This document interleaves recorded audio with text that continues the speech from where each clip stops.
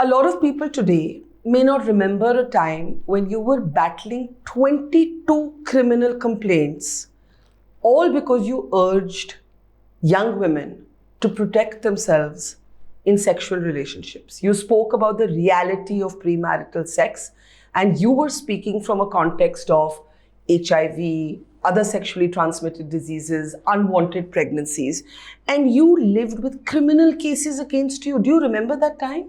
Yes, the most difficult times, but at the same time, the most beautiful times. Why beautiful? Because it taught me so much. It made me so courageous. It brought out the inner strength, which I never thought it existed. It gave me the strength to fight the odds. It gave me the strength to come out with flying colors as a mother, because I had two very young girls to protect that time. How old were your daughters when this happened? 2005, my older one was just 5 years old. Wow. And my younger one was 2.5. What happened? Tell our audience. A lot of people today are very young. They don't remember. I remember because I'm old. We're the same age. What had happened? I had written an article in India Today. You were not yet in politics. No, not at all. This was in 2005. And that's when HIV was on the rise. And in Tamil Nadu, Namakkal, one area, which was the base for the exchange of trucks and, all the drivers would come there and exchange the trucks there. And that area in Tamil Nadu was actually number one in India when it came to HIV positive people. And most of the women there were sexual workers, sex workers, and they were absolutely, unwantedly criminalized, and they were thrown out of their houses because they were, they were HIV positive. And my argument was, it is men who transmit this disease to women. They don't get it by themselves. And of course, they were sex workers, and that is why they had all these truck drivers there.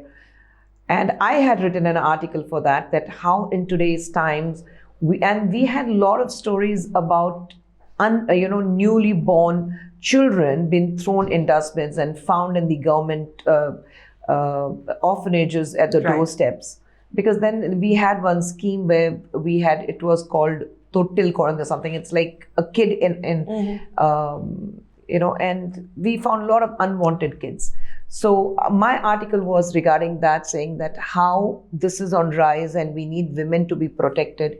And we cannot hide the fact that premarital sex do happen. You can't turn a blind eye. It's a reality. Yes, I said you can't turn a blind eye. That doesn't mean you were endorsing it, as you were accused of not. So it was like, and my statements are very clear.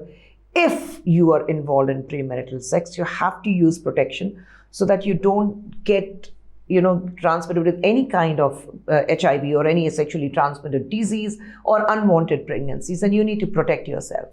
So there were a few political parties who were mushrooming, and then they wanted to be the warriors of Tamil culture and moral policing and speak on behalf of 2,000 people, speaking for the complete, population of Tamil Nadu was somewhere around 6 crores. So they wanted to be the moral policing warriors of women of Tamil Nadu. And they changed the whole thing, saying that I have completely disrespected the women of Tamil Nadu and I have questioned their morality and all that.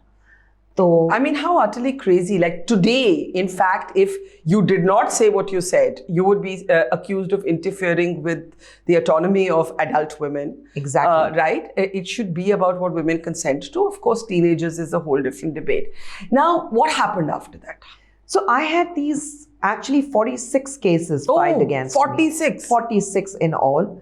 And out of which 26 were quashed, 24 were quashed in Madras High Court, Madurai High Court, but 22 were not quashed. So I had to move those 22 cases to Supreme Court.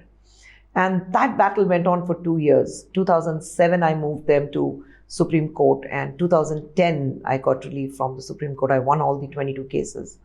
So, and there was a phone call from Kamal Hassan in the middle. Yes, that happened because I picked up my children. I was going about with my normal work. I picked up my kids. It was a Friday afternoon. And my older one was, I think she was just in first standard or something. And my younger one was in activity center. So I picked up the kids from school and I was coming back and took them to their favorite joint for lunch. And my husband called. He said, "Where are you?" I said, "I'm out with kids for lunch." He's saying, okay, so you finish lunch, go home, drop the kids, and just go into hiding. And I'm like, what's happening? I think there's a non-bailable warrant given against you from Metur. And I'm like, for what? He's saying, no, it's a politically motivated one.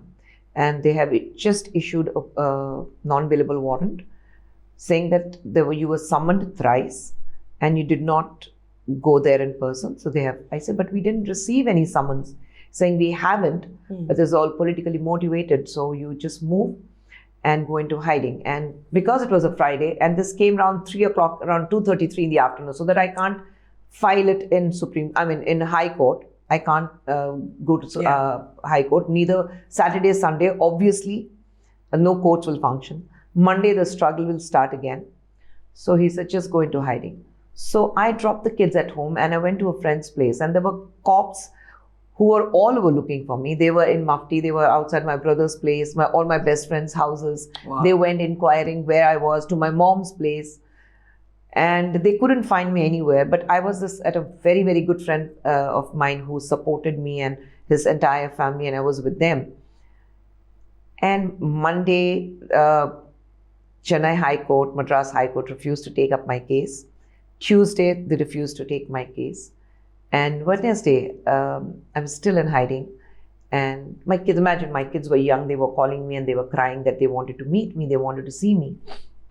And then on Wednesday morning, I got a call from Mr. Kamal Hassan. He was in US. And he called, he said, where are you? I'm at a friend's place. He said, you're hiding. I said, I don't have a choice. He said, you do. I said, how? He said, go surrender. Yeah. I said, why would I surrender myself? I'm not at fault. He said, exactly. That's why you need to do it. He's saying, are you ashamed for what you said? I said, no. He's saying, do you think what you have done is absolutely wrong? I said, no.